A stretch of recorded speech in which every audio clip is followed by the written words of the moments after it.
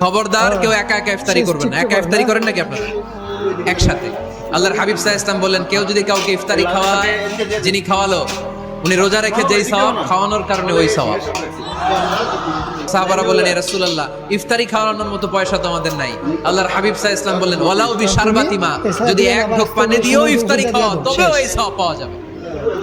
ওয়ালাউ বিআযকা চিলাবান, এক ঢোক দুধ দিয়ে খাওয়ালো। ওয়ালাউ বিতামরা, একটা খেজুর দিয়ে ইফতারি করালো এই সওয়াব। সুবহানাল্লাহ পড়েন।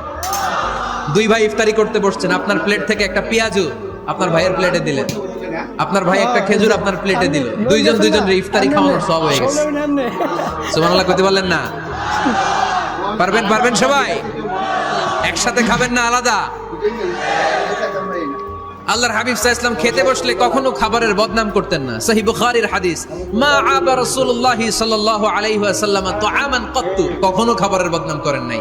এই 63 বছরের জীবনে কখনো না, একবারও না। ইনিশতাহাহু আকালাহু, ভাল লাগলে খাইতেন, বেশি বেশি খাইতেন। ওয়া ইন কারিহাহু তারাকা, ভালো না লাগলে রেখে দিতেন, ওটার দিকে তাকাতেন না। কিন্তু কখনো বলেন নাই লবণ বেশি হয়েছে, কখনো বলেন নাই ঝাল বেশি হয়েছে, এগুলো বললেন না। বলবেন?